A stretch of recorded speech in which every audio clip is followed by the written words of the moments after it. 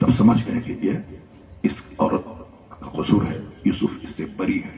جناب یوسف نے دعا کی، یہ اللہ اس سے جو کر رہی ہے اس سے بہتر ہے کہ میں جیل میں چلا جاؤں۔ جناب یوسف کی خواہش تھی کہ میرے لیے بہتر ہے کہ میں قید خانے میں چلا جاؤں۔ انہوں نے تمنا کی، اللہ نے ایسا انتظام کیا کہ جیل میں چلے گئے۔ جب جیل میں گئے وہاں اسلام کی تبلیغ کرنے لگے، خواب کی تعبیر بتانے لگے۔ اب خواب کی تعبیر بتانے کے نام پر شہرت ہو گئی۔ بادشاہ مصر نے ایک خطرناک خواب دیکھا، 7 گالیاں ہیں جو دبلی گائے کو کھا رہی ہیں۔ اب پریشان ہوئے، کہا لوگوں تعبیر بتاؤ۔ کہا ارے تعبیر تو ایک جیل میں ہے وہی یوسف، وہ تو تعبیر جانتا ہے، نکالو اس کو۔ جیل سے نکالا گیا، تعبیر بتاؤ۔ آپ نے تعبیر بتائی، اس تعبیر کے مطابق اس نے عمل کیا، تب مصیبت قحط سے ملک نجات پایا۔ کہا اب تم میرے جیل سے نکلو، میرا ایڈوائزر بن جاؤ۔ کہا پہلے عورتوں کے بارے میں تمہارے دماغ میں جو شک ہے وہ بات پیدا کرو، بلاؤ ان عورتوں کو۔ ساری عورتیں جمع ہوئی۔ زلیخا نے کہا کہ زلیخا نے کیا کہا، نہیں ہم نے لبھایا تھا، ان کا کوئی قصور نہیں تھا۔ اپنی کردار کی وضاحت لے لی، تب ایڈوائزر بنے۔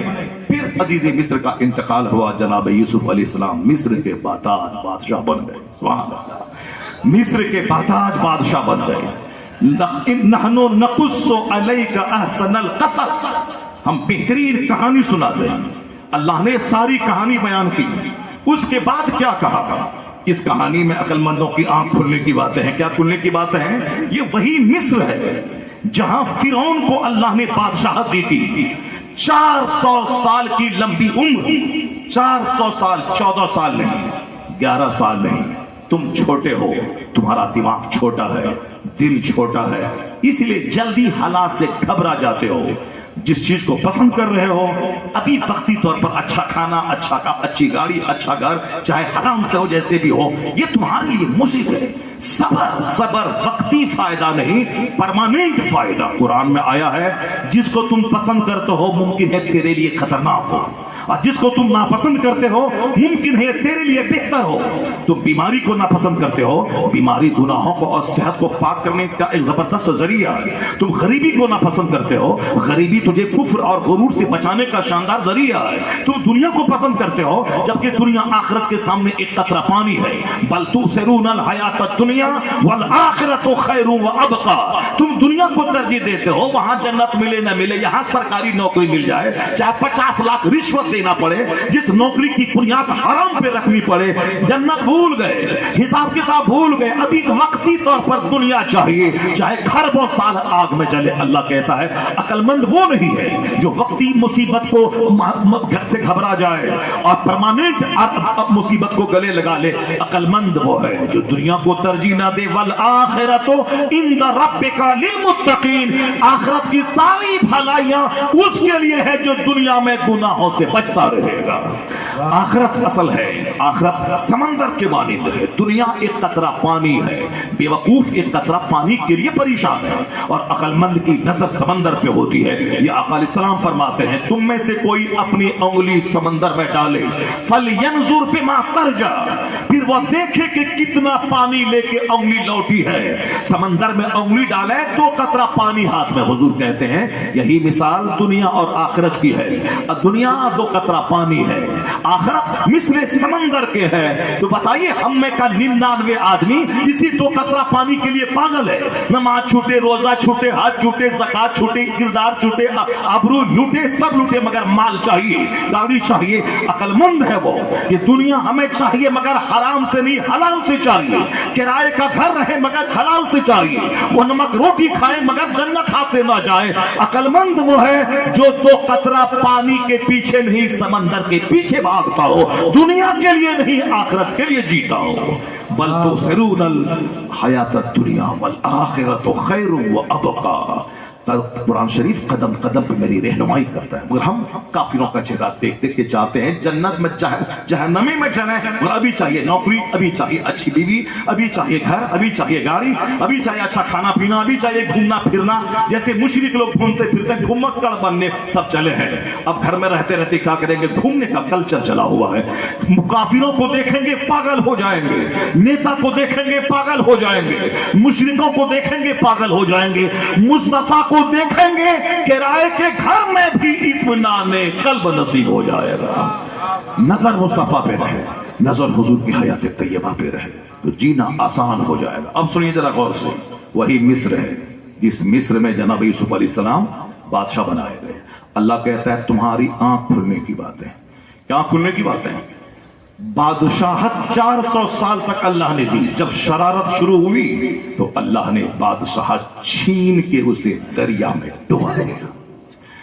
فرعون گھگیاتا رہا. وجاوزنا ببنی اسرائیل البحر فاتبعهم فرعون وجنوده بغيا وعدوا حتى اذا ادركه الغرق قال آمنت انه لا اله الا الذي آمنت به بنو اسرائیل الآن وقد عصيت قبل وكنت من المفسدين فاليوم ننجيك ببدنك لتكون لمن خلفك آية. بغیر سمجھے مجھے تراویح سن لینا اور ہے, سمجھ بوجھ کے روتے ہوئے قرآن سننا اور ہے. قرآن اسی لیے سننا ہے تاکہ نظر رہے, معنی ترجمہ تفسیر پہ رونگٹے کھڑے ہو جائے, آنکھ آنسوں سے تر ہو جائے. خالی رٹنا تراویح سنا کر کے 2 پیسہ کما کے کھا لینا یہ حافظ بننے کا مقصد نہیں ہوتا ہے. اعلیٰ حضرت سے پوچھا حضور دن میں محنت کرتے ہیں, تراویح سنانا پڑتا ہے, رٹنا پڑتا ہے, اس کی روزہ چھوڑ دیں چونکہ تراویح سنانا ہے. اعلیٰ حضرت نے بولا تراویح کی نماز فرض نہیں ہے, تراویح کی نماز واجب نہیں ہے.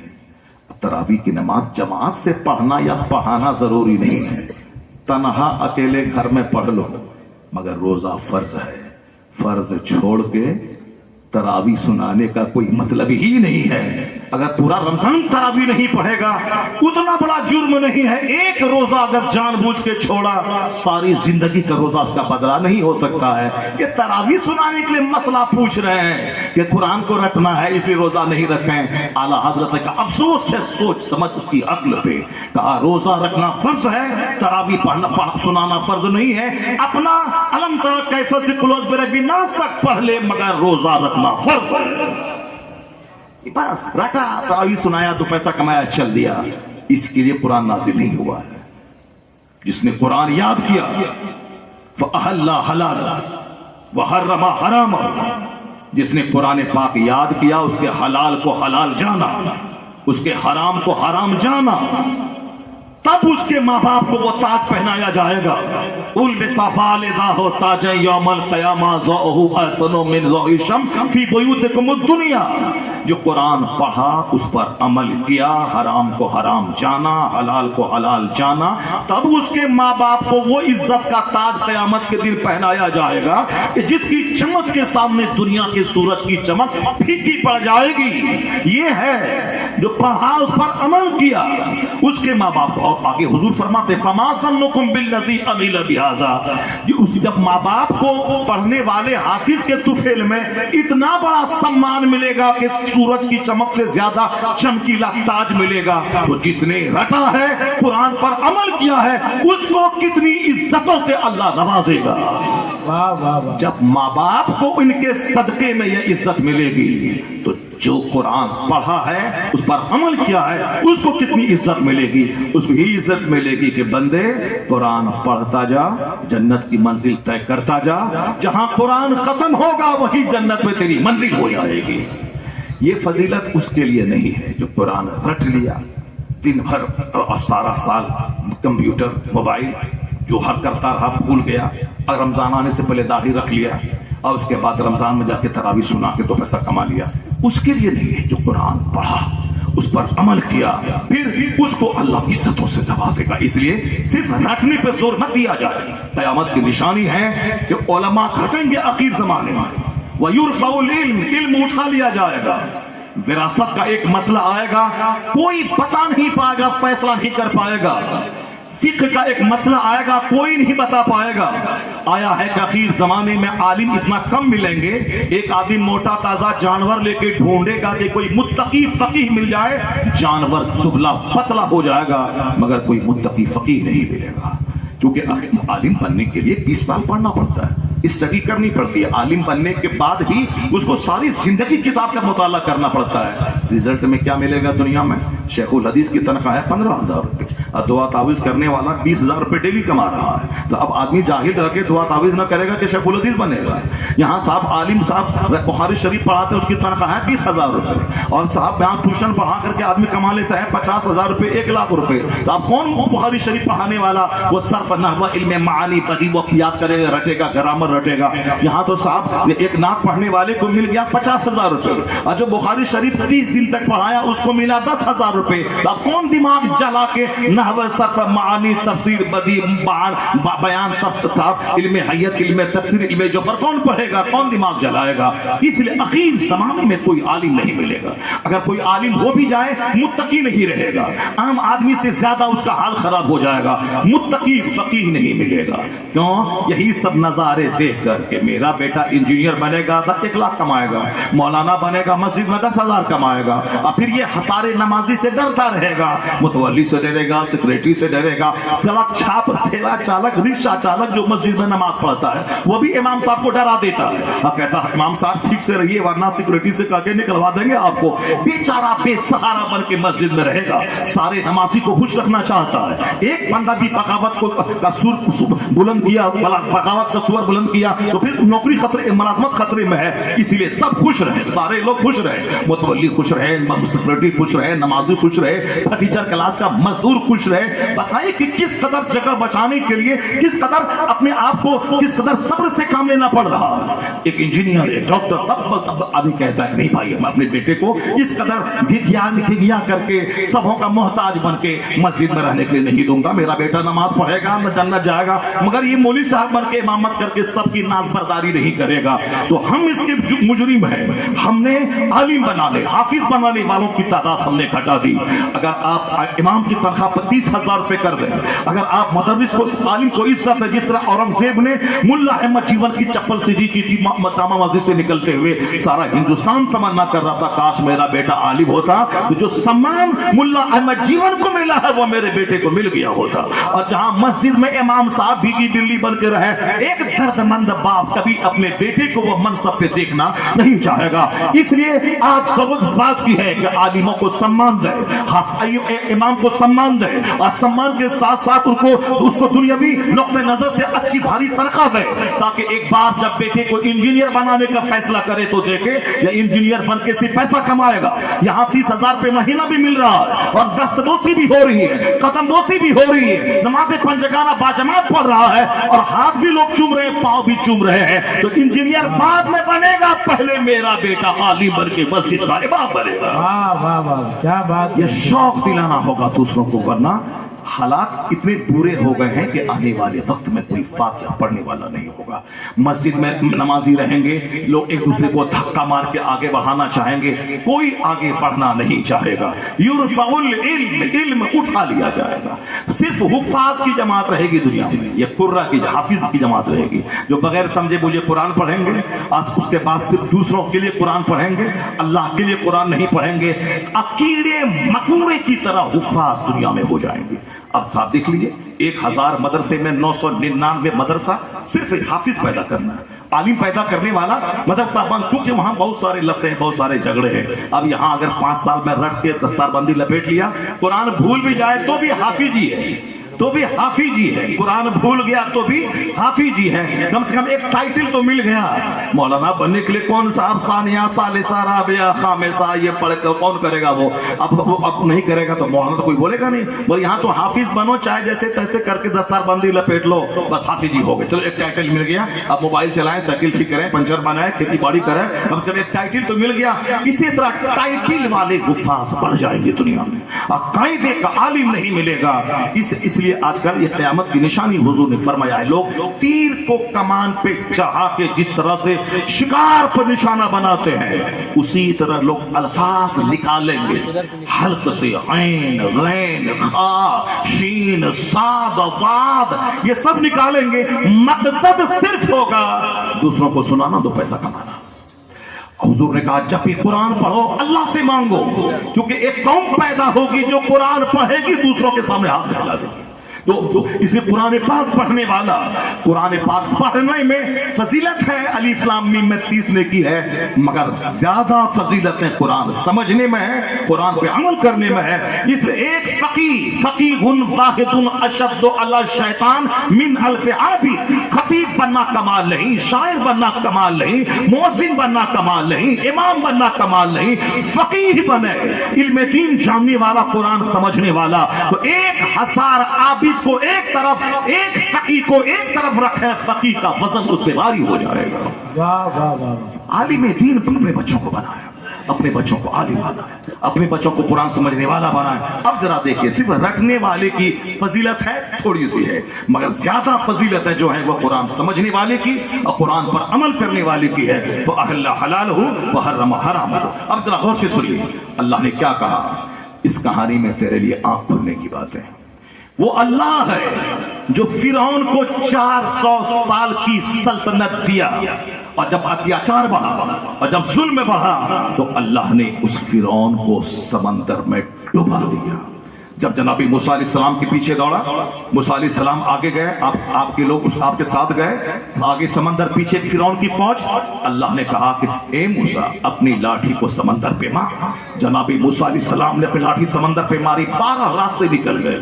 سارے بنی اسرائیل کے لوگ 12 راستوں سے، سارے قبیلے کے لوگ ہنستے کھیلتے ہوئے، باتیں کرتے ہوئے سمندر پار کر گئے۔ جب فرعون آیا، دیکھا راستہ بنا ہوا ہے، اس راستے میں داخل ہوا، بیچ سمندر میں گیا۔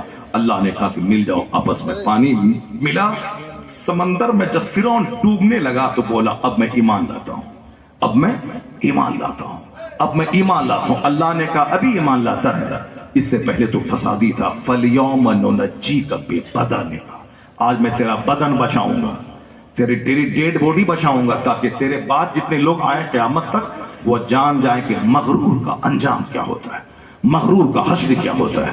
یہاں ایک پوائنٹ یہ بھی ہے، جب جناب موسیٰ علیہ السلام پہنچے سمندر کے پاس، اب پیچھے فرعون کی فوج ہے، آگے سمندر، تو موسیٰ علیہ السلام کے لوگوں نے کیا کہا؟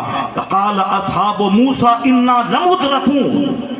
جناب موسیٰ علیہ السلام کے ماننے والوں نے کہا حضور ہم پکڑے گئے، آگے سمندر اور پیچھے فوج، انا لمدرکون، ہم لوگ پکڑے گئے۔ قال اصحاب موسیٰ انا لمدرکون، موسیٰ علیہ السلام کے ساتھیوں نے کہا کہ ہم لوگ پکڑے گئے۔ جناب موسیٰ نے کہا کلا، ہرگز نہیں، ان معی ربی سیہدین، میرے ساتھ میرا رب ہے وہ راستہ دکھائے گا۔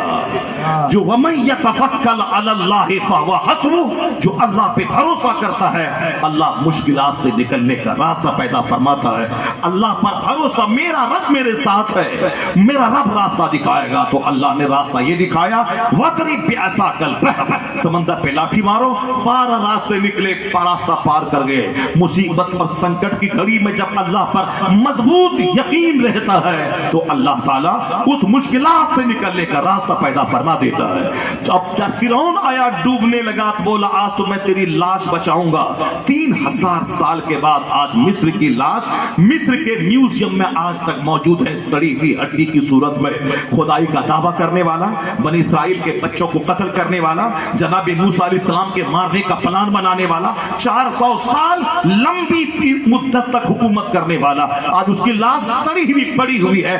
آج نام کس کا چرچا ہے؟ چرچا ہے جناب موسیٰ کا، چرچا ہے صبر کرنے والوں کا۔ اور فرعون 400 سال شاسن کرنے والا، اس کی لاش سڑی ہوئی صورت میں آج تک موجود ہے، تاکہ دنیا جانے کیسی بے بسی کے عالم میں یہ فرعون موجود ہے۔ تو اللہ کیا کہتا ہے؟ وہی خدا ہے جو فرعون کو سخت سے اتار کر اسے سمندر میں ڈبا دیتا ہے، اور وہی خدا ہے جو جناب یوسف کو کنواں سے نکال کر، جیل میں ڈال کر، پھر جیل سے نکال کر مصر کا بادشاہ بنا دیتا ہے۔ قل اللہم مالک الملک تؤتی الملک من تشاء، وہ ہے سارے بادشاہوں کا بادشاہ، جسے چاہتا ہے حکومت دیتا ہے اور جس سے چاہتا ہے چھین لیتا ہے۔ سب کچھ کوئی نہیں، سب کچھ خدائے باغری ہی کر سکتا ہے۔ قل اللہم مالک الملک تؤتی الملک من تشاء، اسے کبھی نہیں گھبرانا، کبھی پریشان نہیں ہونا ہے۔ جو اللہ کل کے فرعون کو ڈبا کے تڑپا کے مار دیا، وہ اللہ آج کے فرعون کو بھی تڑپا کے مارے گا، آج کے نمرود کو بھی تڑپا کے مارے گا، اور ایسا مارے گا کہ تو زمانہ یاد کرے گا جس کو طاقت اپنی ٹیکنالوجی پہ گھمنڈ تھا، غرور تھا. ایسا نہیں کہ سب کہانی پرانی ہو گئی، اب اس زمانے میں نہیں ہوگا، اس زمانے میں ہوگا، اس زمانے میں ہو رہا. جس امریکہ کو اپنی طاقت پہ گھمنڈ تھا، آج لاس اینجلس کی وہی حیثیت ہے جو حیثیت انڈیا میں بمبئی کی ہے. بمبئی میں آدھی دولت انڈیا کی رہتی ہے. بمبئی میں ساری سیلیبریٹیز فلمی ہستیاں رہتی ہیں. بمبئی میں سارے ادھوگ پتی کے دفتر وہاں موجود ہیں. پیٹر روڈ پر امبانی کا، ٹاٹا کا، جندل کا، متل کا، تمام اسٹیل پلانٹ کے اونر کا، سب کا آفس، سب کا دفتر حاجی علی کے پاس پیٹر روڈ پہ ہے. 36 منزلہ مکان مکیش امبانی کا وہی ہے. خربوں کا مکان وہی ہے اس کا. ٹاٹا کا دفتر، باٹا کا دفتر، جندل کا دفتر، سارا دفتر وہی ہے. اور امیتابھ بچن ہو، چاہے اجے دیوگن ہو، چاہے یوسف خان ہو، کوئی بھی ہو، رفیع ہو، لتا منگیشکر ہو، سب کے گھر وہیں پہ ہے. اسی بمبئی میں جو حیثیت انڈیا میں بمبئی کی ہے، وہی حیثیت امریکہ میں لاس اینجلس شہر کی تھی. لاس اینجلس میں ساری سیلیبریٹی، سارے ارب پتی، سارے کھرب پتی، سمندر کے کنارے وہ شہر. بمبئی بھی سمندر کے کنارے. جب امریکہ کا اتیاچار سال بھر سے بڑھا، مظلوم مارے جا رہے ہیں، عورتیں ماری جا رہی ہیں، یہ تو اسرائیل کا کاندھا ہے.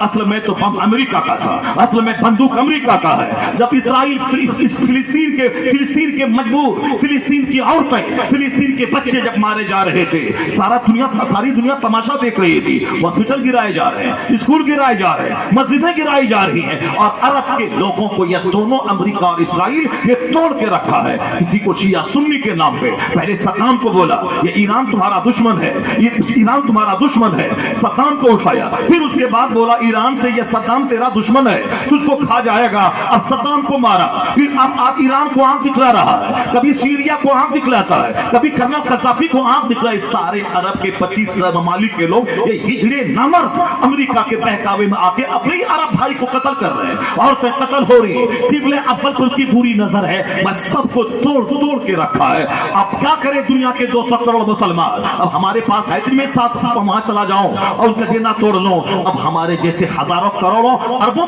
مسلمانوں نے ہاتھ اٹھا کے رب قدیر سے دعا کی، مالک ہم آج محتاج ہیں، ہم مجبور ہیں، الہی تو ہی ہمارا بھرم رکھ لے، میں تیرے محبوب کا کلمہ پڑھنے والا ہوں. یہ مسلمانوں کی دعائیں چلی ہیں. آج وہ مہاشکتی لاس اینجلس جیسا شہر آگ کے دہانے کھڑا ہے، وہ جل کر راکھ ہو رہا ہے. خربوں کے مکان جل گئے. امریکہ سمندر کے کنارے پانی سے آگ نہیں بجھا رہا ہے، کیونکہ سمندر کا پانی ڈالتا ہے، آگ اور میں پھیل جاتی ہے اور آگ پھلک جاتی ہے. اللہ نے وہ عذاب نازل کیا. امریکہ کھجیا رہا ہے، آؤ ٹیکنالوجی دو، آؤ پانی لاؤ، آگ بجھانے میں میری مدد کرو. جس نے ان غریبوں پہ ظلم کیا تھا، اللہ نے آج اسے کا غرور توڑ کے بتا دیا کہ تیرے چاہنے سے سب کچھ نہیں ہوتا ہے، وہی ہوتا ہے جو منظور خدا ہوتا ہے. واہ، نعرہ تکبیر، نعرہ رسالت، مسلک اعلی حضرت. کیا بات ہے. اے قوم مسلم،